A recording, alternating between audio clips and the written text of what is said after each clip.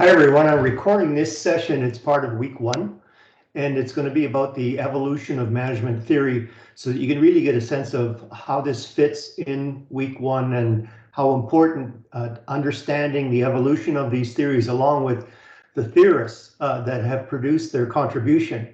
So I'm going to go through this, and inside of this as well, I'm going to update you on the deliverables for week 1, and I'm also going to deal with the individual project assignment to show you what I'm looking for. And that's in the last part of the slides in this presentation. And so what I'd recommend is that you go through it. This presentation is posted in week 1 commentary, you know, under Blackboard. And it's another presentation that's along with the week 1 commentary that I've been telling you about all along. Okay, so I'll get started. And we'll go from here. So we're talking about the evolution of management theory, and what's the purpose of this presentation. So I want you to get an understanding of how to categorize these management theories and their authors and theorists to get a bit of an overview. And it's to help you understand the theories themselves, but it's also to give you a sense of how they all fit in the scheme of things, and so that you could better remember them and utilize the learnings, because you're going to have to reflect these learnings in all of your key assignments that you're going to be doing for this course. So that's key, you know, really important on that side of it. In the last group of slides, like I said, I will explain to you what the expectations are to meet the assignment deliverables and to help you get better marks, and also to gain more knowledge and insights from the concepts that we're covering in this course. So I will cover the individual project, the manager self-determination style assignment, basically the rubric, to give you a sense of how I'm going to determine what marks are given. There's some 7 questions in that assignment that I'm going to talk about. Each question is worth 7 marks each, and then there's 5 marks for organizational and stuff, and that's due February the 16th. So I'm trying to make this all relevant for you and help you get a sense of, you know, who are these theorists, what has been their contribution, and then how do I relate to that, and how have I applied that, or how will I apply that in the assignments that you're given. So we'll go from there. So again, just to remind you what this week's deliverables are. I've asked you to register on Pearson Revel to be able to get to do those assignments, which will give you access to the e-text. I've asked you to complete your pre-assignment survey, and that's posted on the Blackboard in Blackboard topic 1. And I see that you know, I get notices as these pre-assessments start materializing, and so that it's about maybe 1/3 of the class now that have you know, gone in and done their pre-assessment. And again, what you do is you just click on that post. It takes you right to my Google Docs, and then you actually complete that form. You click submit, and then you will get an email of what you sent, and keep that, because you're going to need that information for further assignments as well. Like I said, they're all building blocks in this piece. And then I asked you to enroll in a group, and I see that that's going quite well. There's many groups now that have enrolled in this course, and then meet with your group. And then I've also asked you to complete a team charter document, which you can download right from topic 1 and upload it once it's done. And that's going to help you really understand the expectations of working as a group and what to do if things aren't going to be working. Again, I would implore you to, if there's something not working, let me know right off the bat. There's nothing worse than me finding out halfway or 2/3 way through the term that the partners aren't really working. And that normally happens when there's a lot more stress involved as we go through the term, because there's more commitments to be made. And then, you know, if there's any people working around another member that's not producing like they should be producing, then they surface, and then it's almost a little too late to be able to do something. So please have a look at that team charter. And then again, in this week, you had to complete 2 Pearson Revel surveys that are posted in topic 1, and then complete 2 individual participation activities and you need to upload those into Blackboard for a mark. And 1A is basically related to the pre-assessment survey that you've done to get a sense of, what your strengths are. And then 1B, you pick an example of a business and then address that requirement accordingly. Okay, so that's where that is. So let's get into the meat of things here. And other than the fact that I'm going to show you that, this is what the pre-assessment post looks like. So you click on pre-assessment, you'll get to do that. And if you look at the navigational panel on the left side of your Blackboard homepage, you're going to see a place where you can go in and do an enrollment to get into a group. And then I remind you that if you mistakenly enrolled in a group that you don't want to be in, please email me and I will make the change for you and let me know which group you really did want to go in. And also in a lot of these cases, don't use Blackboard email, use my RDP email, gary.sarantola at rdpolytech.ca.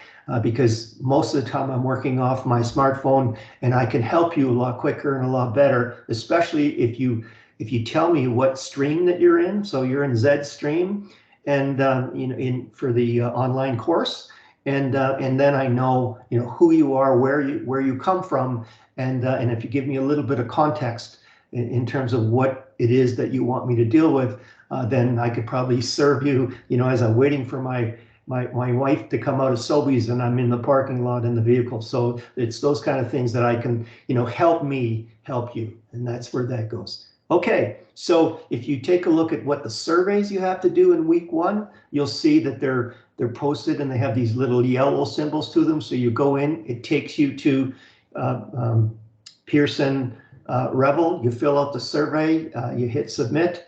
And then the participation activities are here as I discussed them. So there's 1A and 1B. And like I said, the individuals, and they're both individual submissions. And topic 1A is, which dimension of management skill is your strongest based on the self-assessment. So that's why you need to print that out. And then the second thing is, do a self-reflection. So you select a business that you can see yourself managing and accounting, and then answer these questions, and that you put in prose. And what I'm looking for is that, especially in the group participation activities, I normally provide you a template, and I ask you to use that template and save that template for other assignments that are coming up, that you're going to get marked on, and that way your group, will make the most out of the learning and the skills and whatever that you get from that assignment, and then you can maybe transfer that knowledge to meet the requirement in whatever assignment that comes up that you need to repeat that effort in. So that's key, right? So okay, so what I'm trying to tell you here is that if you really want to understand the evolution of management theories, it's basically all related to how society changes, and mainly through technological innovation. And technological innovation is always a bit ahead of society, and that's what the problem is that we get a new innovation. When you look at social media today, we're into social media, but there's all kinds of issues around that the entrepreneurs didn't think of that we were going to be into. So we need some governance capability to be able to make sure that this turns out well for everybody, and it sort of eliminates or reduces, the bad part of social media. All right, so new technologies, they can be unsettling for industry incumbents like regulators, especially regulators. You take a look at right now, most governments are they're freaking out because they don't know how they're going to be able to deal with artificial intelligence, as it's moving along. And the effect of technology on society, has been both positive and negative. And then how do you deal with that negative? And while technology makes things easier to connect with others and whatever, there's the downside of it. And so let's just to give you a sense of how things are happening, it's a logarithmic growth. It's not just a straight line growth, it's going up, like this. By 2050, technology will likely be seamlessly integrated into everyday life. And what does that mean? It means that it's transforming how we're going to work, how we're going to learn, how we're going to interact. So that tells me right away is that a lot of the management theories that have evolved up to now are not going to be as relevant. And so that if you understand that evolution, and you know that in that evolution, information is transferred, to better concepts, well, then you know that you're going to be in that situation where you're going to have to innovate and find a better management theory to manage the new situation in the future. And it's coming. And, strap on because it's coming really fast. And so here's the idea is that, it's exponential, all right? And so that, in the next, in our 21st century, it'll be more like 20,000 years of progress in that 100 years at the rate that we're going. And to, just to kind of put that in context. So look at Twitter took 2 years to reach 1 million users. Instagram took 2.5 months to reach 1 million users. ChatGPT took 5 days. What does that tell you, right? And then if you took take a look at Gartner's survey, you can find that AI implementation, it's here, all right? It grew a whopping 270% in the past 4 years. This is 2019 information, and 37%, in 2019 itself. So what does that tell you, right? So that you're going to have to take a look at how this comes together. And the best way that I can relate this is, through my experience. I spent a good few years in telecommunications. So if you follow the evolution of communications or telecommunications, you'll understand the evolution of management theories. It's the same pattern. And a concept is developed, experience gained, furthers innovation, which generates a new knowledge and capability to create additional value for the users. So in this way, so you have this new capability and new knowledge is generated on the basis of what was passed on from previous innovation. It gets augmented, to the next level. And then meanwhile, when it gets there, society's not ready for it. So you need new governance rules. And you need to be able to manage that new technology, and society has to adjust to the higher level innovation. It's no different with management. So all this technology is going to change the way people work and the way people communicate, and we're going to have to come up with new ways of managing that from a management principles point of view.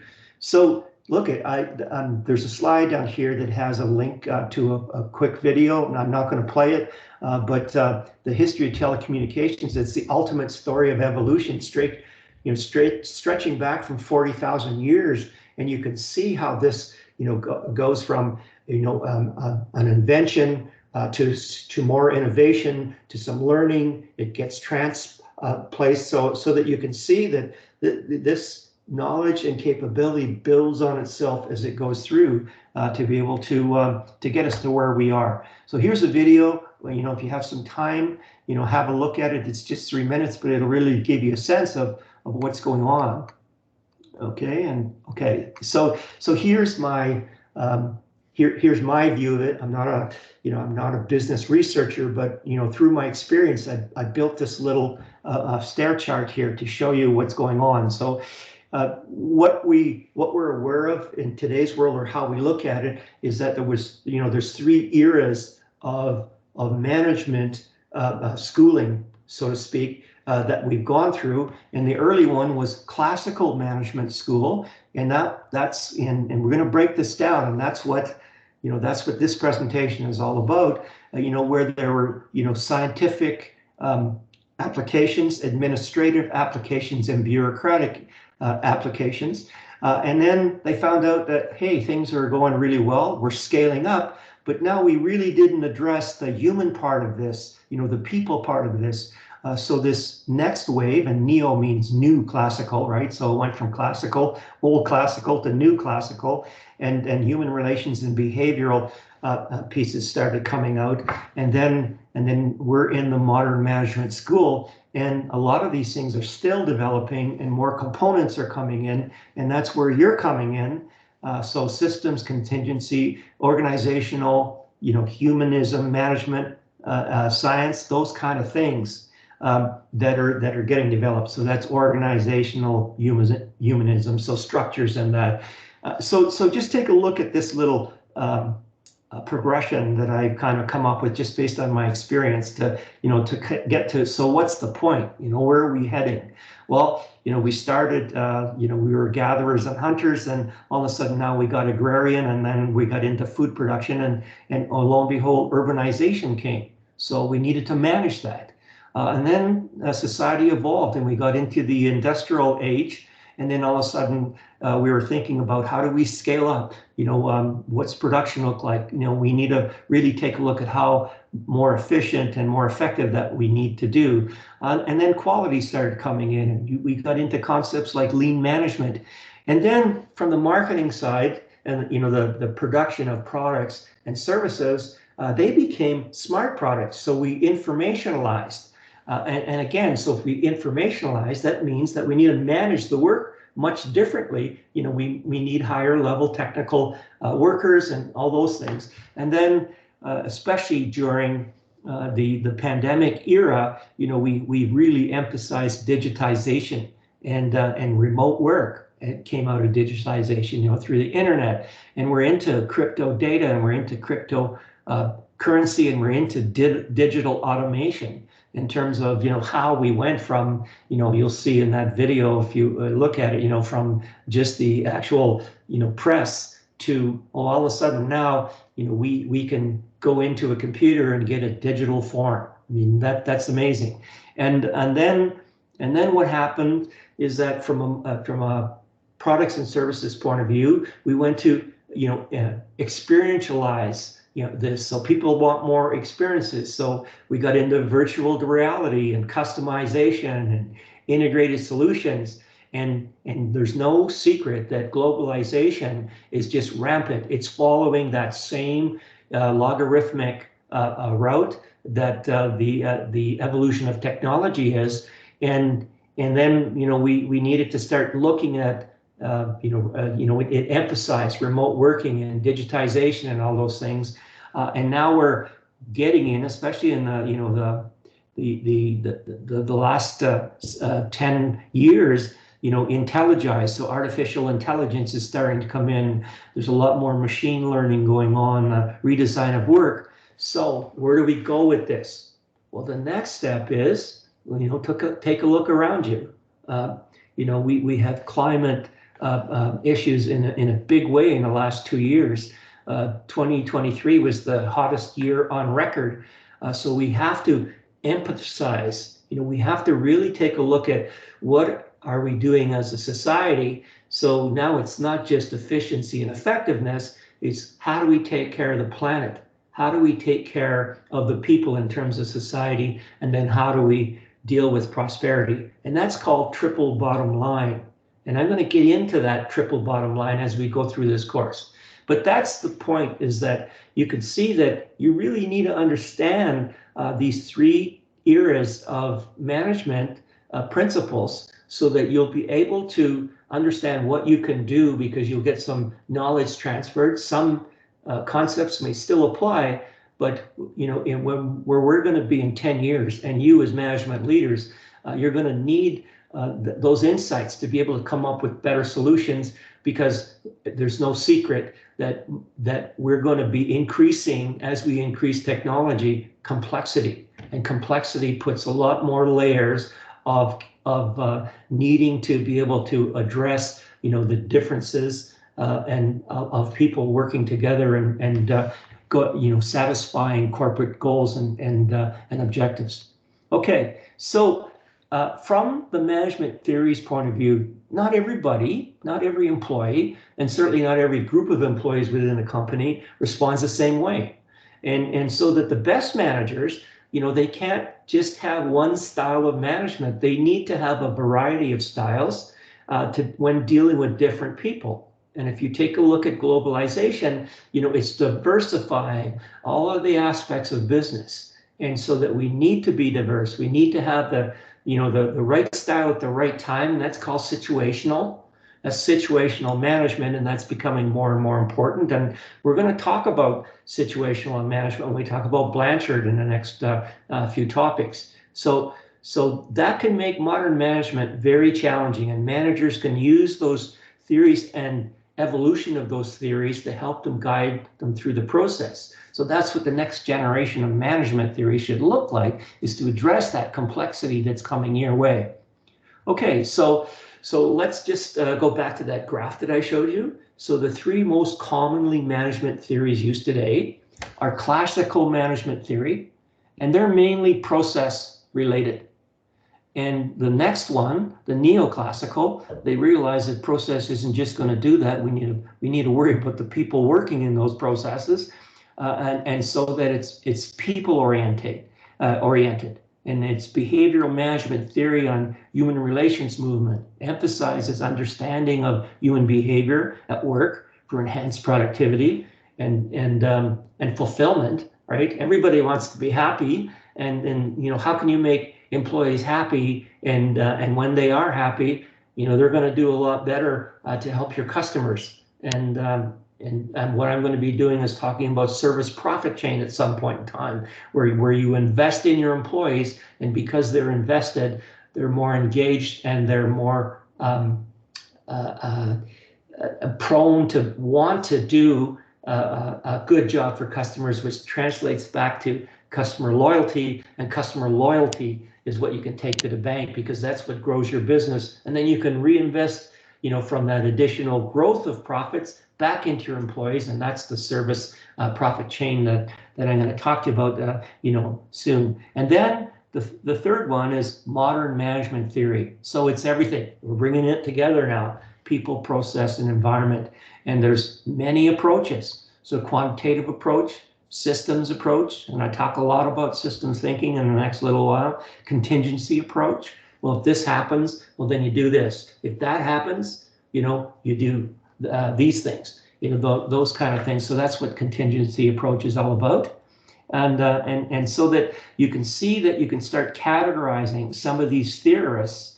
So look at Frederick Taylor, was a scientific theory theorist.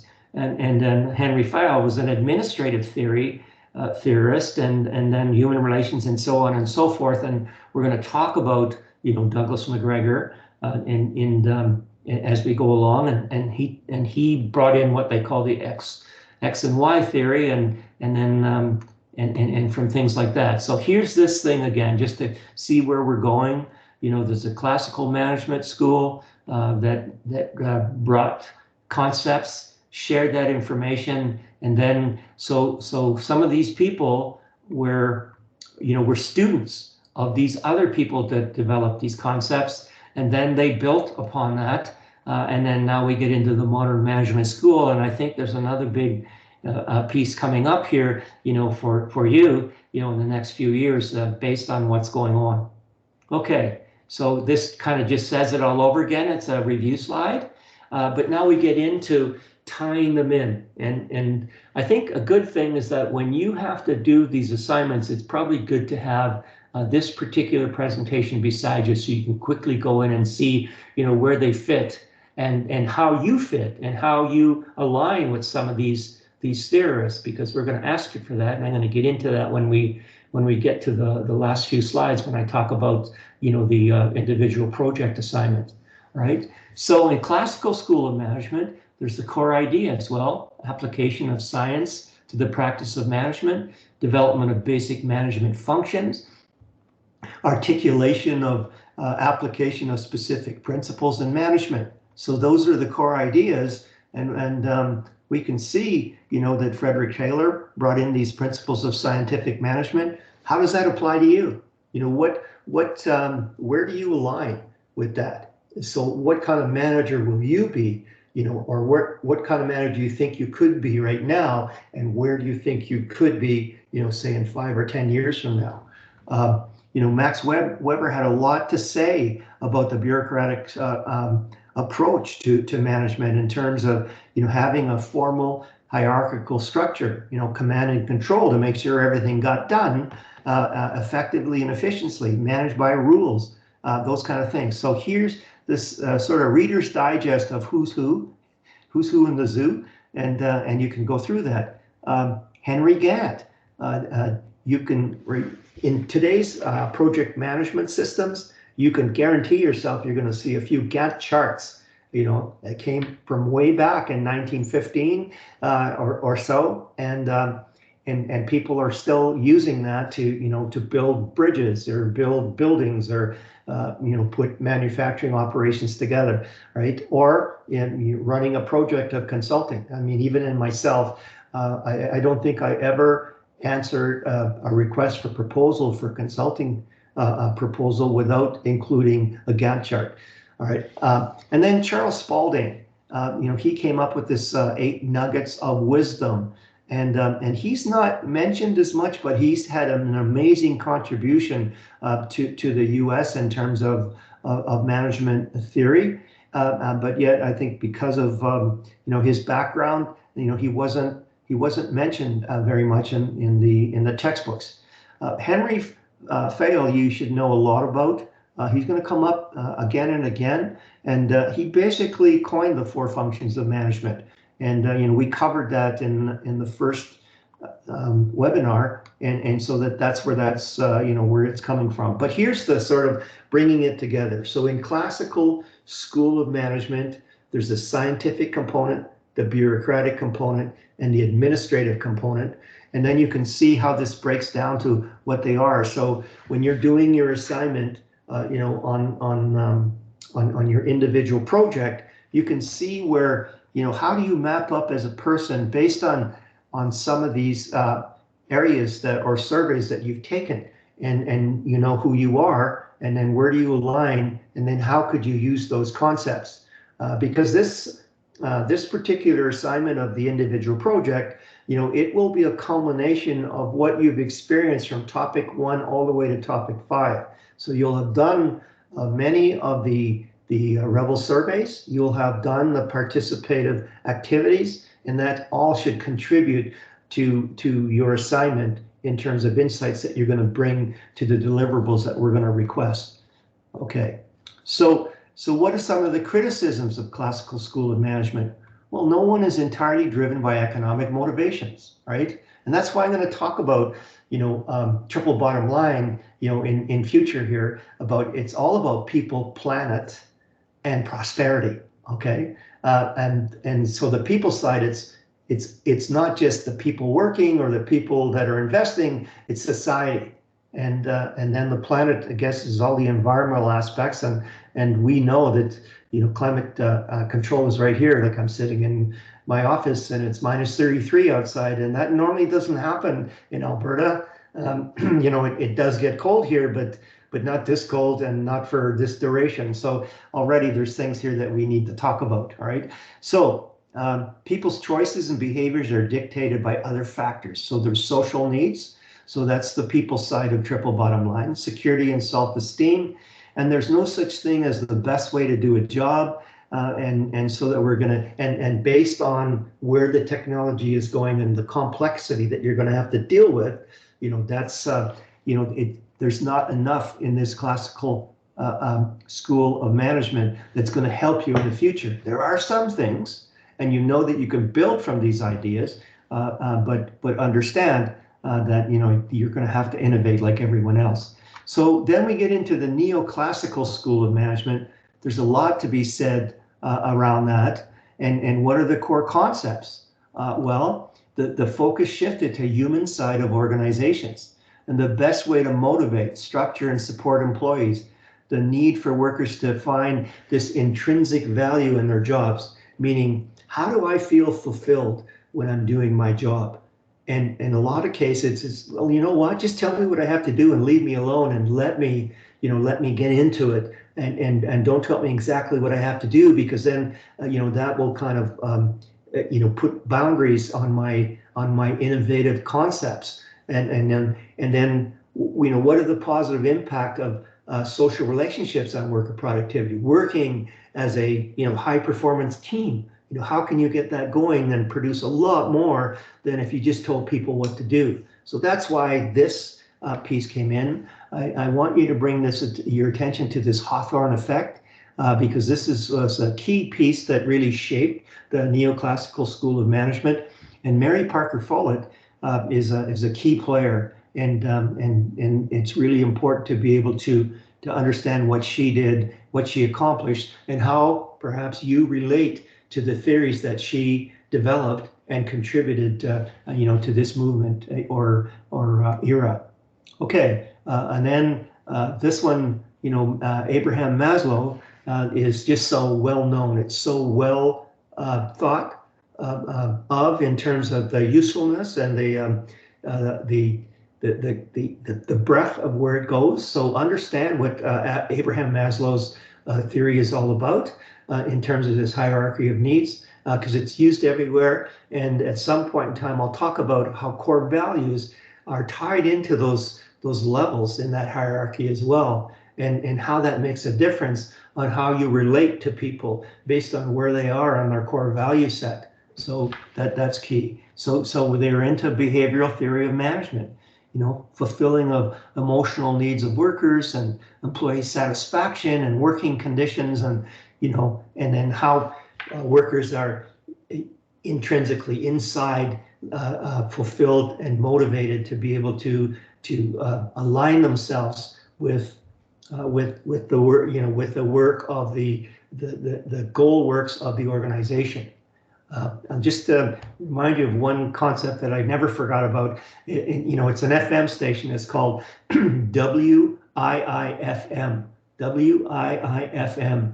And what does it stand for? What's in it for me? And so when you look at the behavioral theory of management, you look at how, the one way that I motivate people is to let them see themselves in that vision that we're working towards. What's in it for them? And look at, sharing, so that they understand that they're sharing those benefits. Excuse me. So that's key. Okay. Excuse me. All right, and then there's other notables, and I think that you really need to understand what Douglas McGregor is all about, Theory X managers and Theory Y managers. So Theory X managers have a very different expectation from the working force, and it's not so positive. They think that, maybe they're not that skilled, or they're not that motivated, and the only way that you could deal with them is giving them directives. Versus if you're a Theory Y manager, then you see that, hey, there's a lot of potential in people, and you just have to let them come out of themselves and feel those intrinsic values of wanting to contribute, those kind of things. And the whole thing, though, is that in the last little piece in this Reader's Digest summary is that there's self-fulfilling prophecy. So if you treat people a certain way, they're going to respond in that way. So if you just assume that they're not competent in whatever, well, they're going to play that back to you. If you assume that they are motivated in whatever, well, they'll rise to the challenge. So just be aware of that sense of what that's all about. Okay. So, and then we get into the modern school of management, and there's many components, and we're, even beyond topic one, we're going to get into more of these, but understand, systems, and I'm going to get into systems thinking a fair amount as we get through the topics, but read this little piece about the guidelines for system analysis, and then look at these pieces and the thing in terms of quantitative school of management.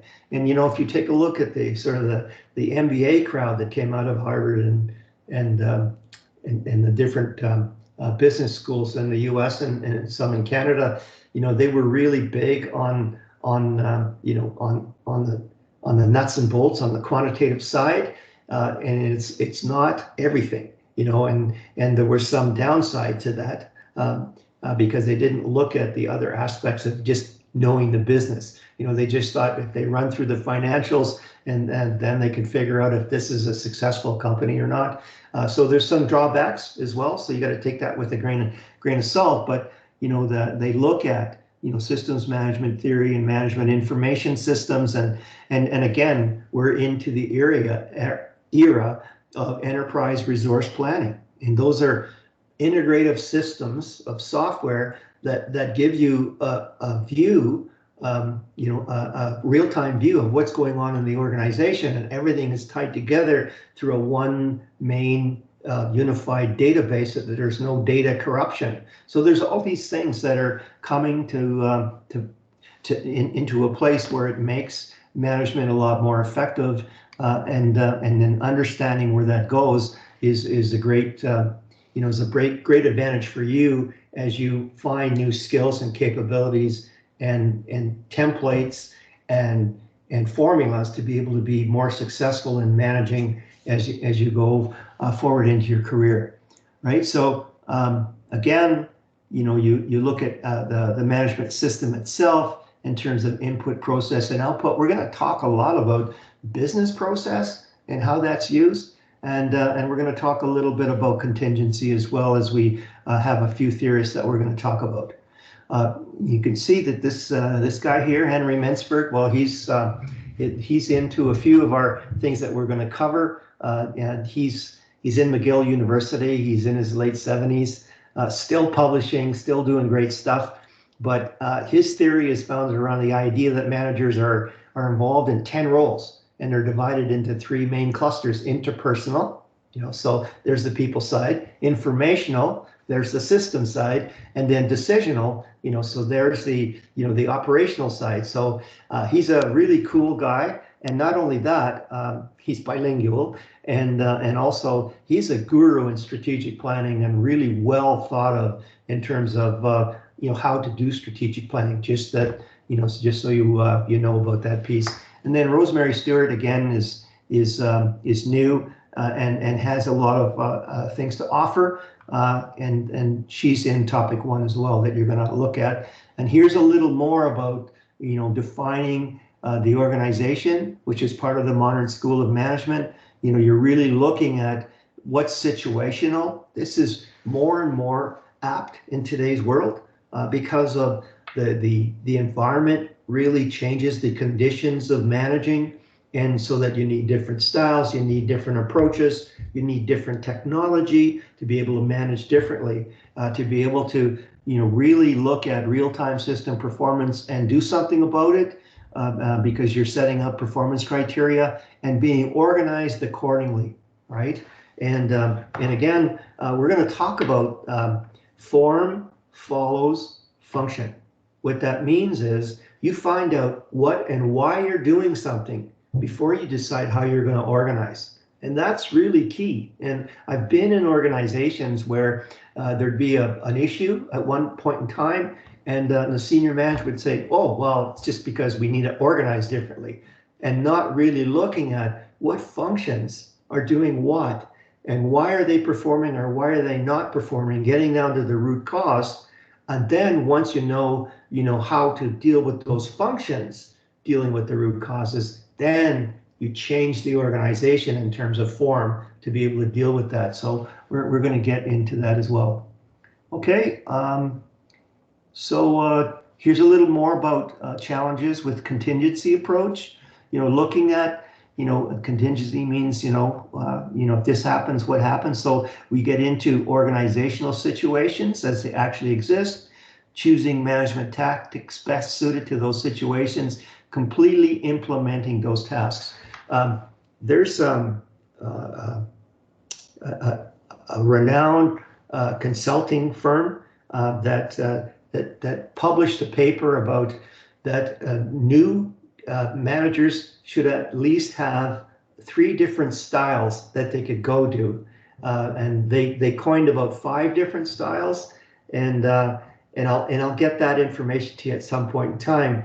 but it gives the manager a capability to deal with additional situations. Because if you just have one particular style, you're not going to be as successful, because you have to relate to the people. You have to relate to their different requirements, their different idiosyncrasies, their different sets of values. So that comes into play in these areas. Okay, the rest is just kind of a reorganization to kind of bring it back into, like I showed you a few pictures, and now it's down into the details. But the whole idea of giving this presentation to you is so that you could go through this presentation and get a good overview of the specific theorists and what they bring to the picture, and you know, bring to the business, the organization, and then how do you relate to that in given that your personal values, your personal attributes, your personal skills and capabilities, and where you want to go in terms of dealing with these pieces, and then what you can use from these theorists to be able to solve problems in management. So that's just another layer of details that you could go through to kind of emphasize the learning in this area, and then I want to get right into the actual assignment to really kind of give you a sense of what I'm looking for and what you need to learn from this assignment. So I'm going to talk about the individual project. So that's the manager style self-determinations. And it starts right from that self-assessment that you did, and keep that document handy. All the Rebel surveys that you will have done, from topics 1 to topic 5, and then related to a lot of the participation activities that you've done. So let me just show you what the questions are. All right, so there's 7 questions, and each question is worth 7 marks. Okay, and again, you're going to combine the theory discussions, the class activities, the Pearson-Revel self-assessments from topics 1 to 5 to address these 7 questions. And I think, okay, so that's where that's going to go. And then there's going to be a few marks that are related to how well you're organized in satisfying that. Okay, so each question were 7 marks. So 1 mark is going to be dedicated to evaluating you and how you did self-reflection and how you describe that. So how does this question apply to you in the management role that you see yourself in now or in the future? Based on what your attributes are and what you've realized about yourself in these surveys. The second portion of that question is worth 3 marks. And then how do you apply the theory to yourself? So you may pick 1 or 2 or 3 even of theorists where you really align with their approach. And you say, yeah, Henry Mintzberg, has these 3 areas that I align with 2 of them, and this is how I apply this to my personal approach. Some of you may have, be in sort of a leadership position, either volunteering or, working to get yourself through school. And you may be a lot closer to being able to answer this question. The ones that haven't, you take a look at where you'd like to be, based on your personality and your personality. And then once you address that piece of it, and then you show the knowledge theory. So here's how I fit with Henry Mintzberg, and then knowledge theory. Well, here's Henry Mintzberg's, components of contribution, and so that you've given me the whole sense, and I see how you've really applied this to yourself and really understood, how this can help you or how it is helping you, and then you'll get better marks that way. All right, so there's the 7 questions. And so just for an example, so normally what happens is when I provide a question like this, I get a paragraph. And just think of it, I'm marking many of these assignments, well over 140 of them. So that help me navigate. If I see a paragraph just to answer these 3 parts in this question, sometimes it's hard for me to determine where something ended and where something began, okay? So here's how I want you to break it down, is that, first, I want you to use the heading of the question that was given. So I know that, yeah, that's question number one that you're answering. And then use the components of that question as subheadings and use a numbering system. So the first component, what kind of manager are you? That's 1.1. You provide your answer. The second component, how do you know? Whatever, that's 1.2. How do you know? And then you actually use that as a subheading, and then you provide your answer, and so on and so forth. Okay, so that's how I want you to organize that piece to be able to help me help you, and I will promise you, I will consider giving you a better mark given the organizational part of showing me that you've done your due diligence and you're looking at that marking structure of self-reflect and how do you apply and how do you know that theory. And again, that's going to work itself through in those other assignments as well. And if you take a look at the rubrics, and I'm hoping as your teams print out all those assignments, they're on Blackboard under assessments, discuss them so that you know where I'm going on this piece. And I'll guarantee you, if you follow this, you're going to come out from this course with many, many insights. And this is a course that you're going to use, down the road in any type of business associated role, given if it's a nonprofit or you're in government or you're an entrepreneur and you're building your business or you're working for a large corporation or a mid-sized corporation. And again, go back to what I mentioned in the first class around look at the 14 principles for Amazon to get ready for that assignment. And, I'll talk about that one, as we go through this course. So I'm hoping that this will give you some better direction. If you have a question, email me and please use my RDP email in most circumstances, especially if you want, a quick response. Because I can do that better because I'm looking at my email on my smartphone and I can reply. And the more information you give me to help you look at that problem, the quicker that I'll be able to do it. I won't have to come back to my home office and find out what stream you're in or what that assignment was all about, so I can give you some good advice. All right. And I'm really looking forward to this course. I'm hoping that you will ask questions as much as you can.